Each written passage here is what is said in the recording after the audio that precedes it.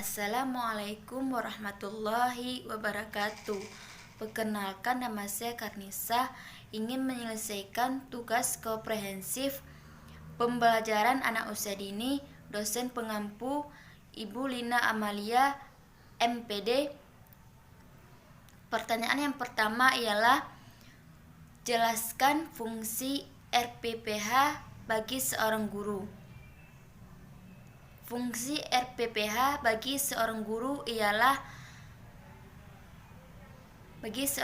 adalah sebagai acuan bagi guru untuk melaksanakan kegiatan belajar mengajar agar lebih terarah dan berjalan secara efektif dan efisien. Pertanyaan yang kedua ialah, jelaskan apa yang akan terjadi jika seorang guru tidak memakai RPPH saat proses mengajar. Jawabannya ialah, jika seorang guru mengajar tidak memakai RPPH saat mengajar, maka proses kegiatan belajar tidak berjalan secara efektif dan efisien.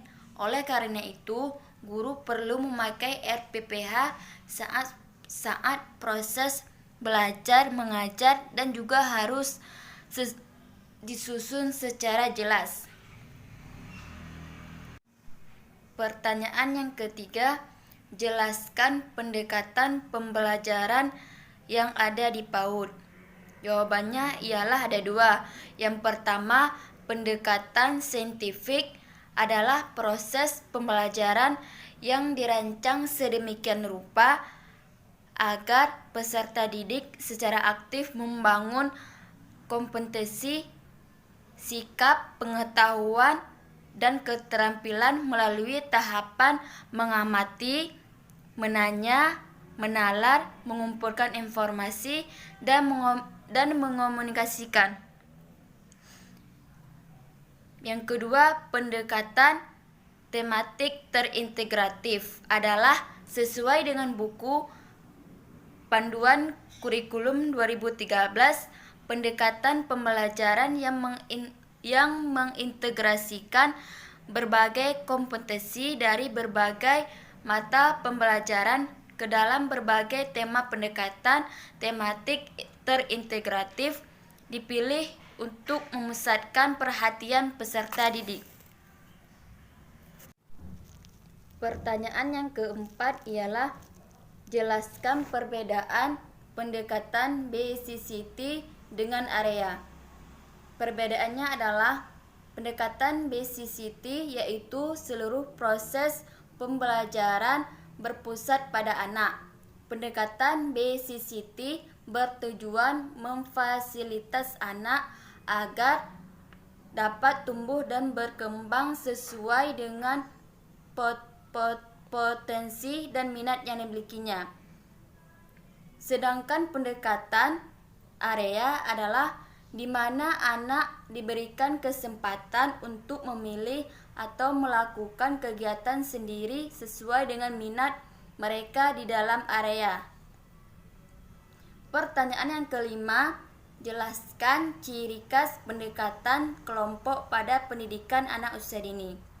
Ciri khas pendekatan kelompok pada pendidikan anak usia dini adalah, yang pertama, guru dan siswa saling komunikasi dan anak-anak mendapatkan motivasi untuk belajar bertanggung jawab secara individual. Yang kedua, guru harus membimbing kelompok-kelompok belajar saat mengajarkan tugas mereka dan menghargai baik upaya maupun hasil belajar individu atau kelompok. Yang ketiga, guru yang bertindak sebagai fasilitator atau pemadu, mereka memberikan dukungan yang dibutuhkan anak untuk dapat berkembang secara intelektual. Yang keempat, guru memberikan penghargaan terhadap hasil kerja siswa agar semua termotivasi. Pertanyaan yang keenam ialah, Jelaskan minimal 6 metode pembelajaran anak usia dini. Jawabannya ialah pertama, metode bercerita merupakan salah satu pemberian pengalaman belajar dengan cerita. Melalui metode bercerita, anak mendapat pengalaman serta pengetahuan yang akan disampaikan melalui cerita secara lisan. Selain itu, metode bercerita dapat membantu anak dalam mengembangkan dan melatih kemampuan bahasa yang dimilikinya. Yang kedua, metode eksperimen atau percobaan. Pembelajaran yang memberikan kesempatan pada siswa untuk melakukan percobaan sendiri tentang proses yang menciptakan sesuatu bentuk metode eksperimen. Yang ketiga, metode proyek. Metode proyek adalah metode pembelajaran dalam pendidikan anak usia dini, merupakan salah satu cara pemberian pengalaman belajar dengan menghadapkan anak dengan persoalan sehari-hari yang harus dipecahkan secara berkelompok. Yang ketiga, metode demonstrasi merupakan metode pembelajaran dengan memperagakan benda, kejadian maupun aturan dalam aturan tertentu, baik secara langsung maupun tidak langsung.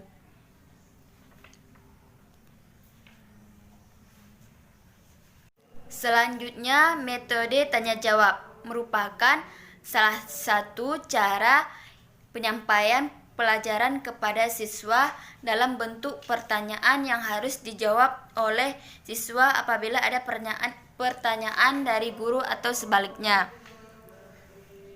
Selanjutnya, metode karya wisata merupakan salah satu metode yang melaksanakan kegiatan pembelajaran di lembaga PAUD dengan cara mengamati dunia sesuai kenyataan yang ada secara langsung yang meliputi manusia, hewan, tumbuhan, dan benda-benda lainnya.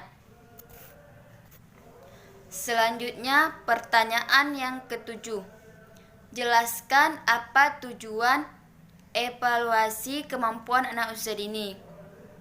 Tujuannya adalah untuk membantu perkembangan anak, baik perkembangan dalam aspek kognitif, afektif, maupun psikomotorik,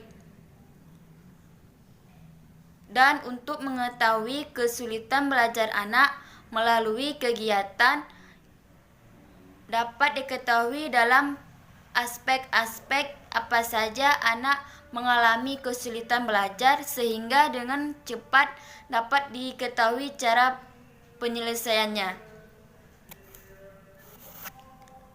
Nomor 8. Yang pertanyaannya ialah jelaskan beda asesmen dan evaluasi pada anak usia dini.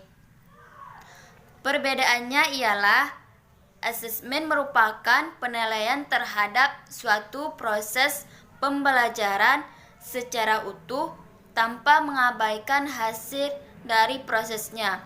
Sedangkan evaluasi adalah sebuah pemeriksaan terhadap akibat-akibat dari dilaksanakan suatu program untuk menentukan tingkat pencapaian perkembangan anak.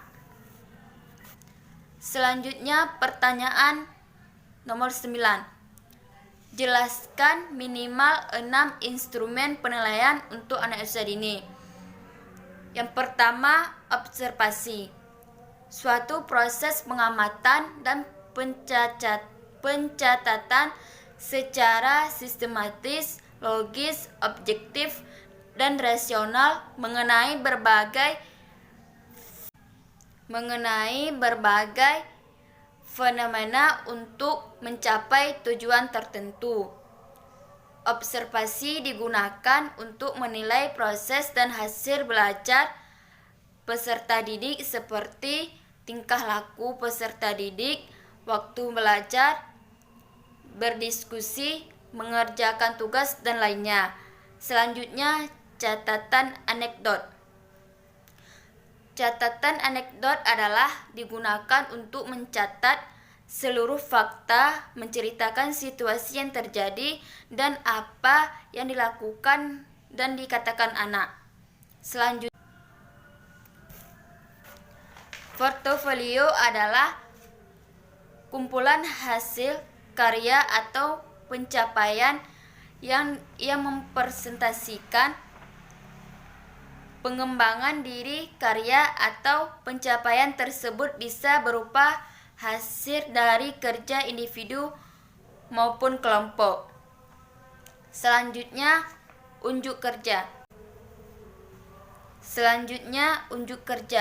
Unjuk kerja adalah penilaian yang mengungkapkan kemampuan siswa dalam pemahaman konsep, pemecahan masalah, dan komunikasi. Selanjutnya, sosiometri. Sosiometri adalah alat untuk meneliti struktur sosial dari suatu kelompok individu dengan dasar penelaahan terhadap untuk meneliti struktur sosial dari suatu kelompok individu dengan dasar penelaahan terhadap relasi sosial dan status sosial dari masing-masing anggota kelompok yang bersangkutan.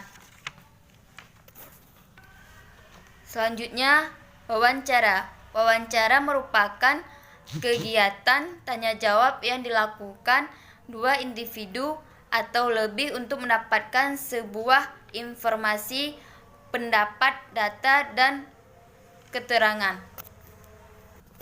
Pertanyaan yang ke-10 ialah jelaskan maksud penilaian autentik. Penilaian autentik adalah istilah yang diciptakan untuk menjelaskan berbagai metode penilaian alternatif yang memungkinkan siswa dapat mendemonstrasikan kemampuannya dalam menyelesaikan tugas-tugas dan menyelesaikan masalah. Selanjutnya, pertanyaan yang terakhir, nomor 11, yang pertanyaannya ialah jelaskan etika pelaporan perkembangan anak. Pelaporan pendidikan anak usia dini dapat berupa informasi tentang pertumbuhan dan perkembangan anak, seperti pertumbuhan fisik anak, perkembangan kompetensi sikap anak, pengetahuan anak, dan perkembangan keterampilan secara langsung atau bertatap muka. Karena agar ada hubungan dan informasi timbal balik antara pihak lembaga atau pihak sekolah dengan orang tua. Sekian dan terima kasih. Assalamualaikum warahmatullahi wabarakatuh.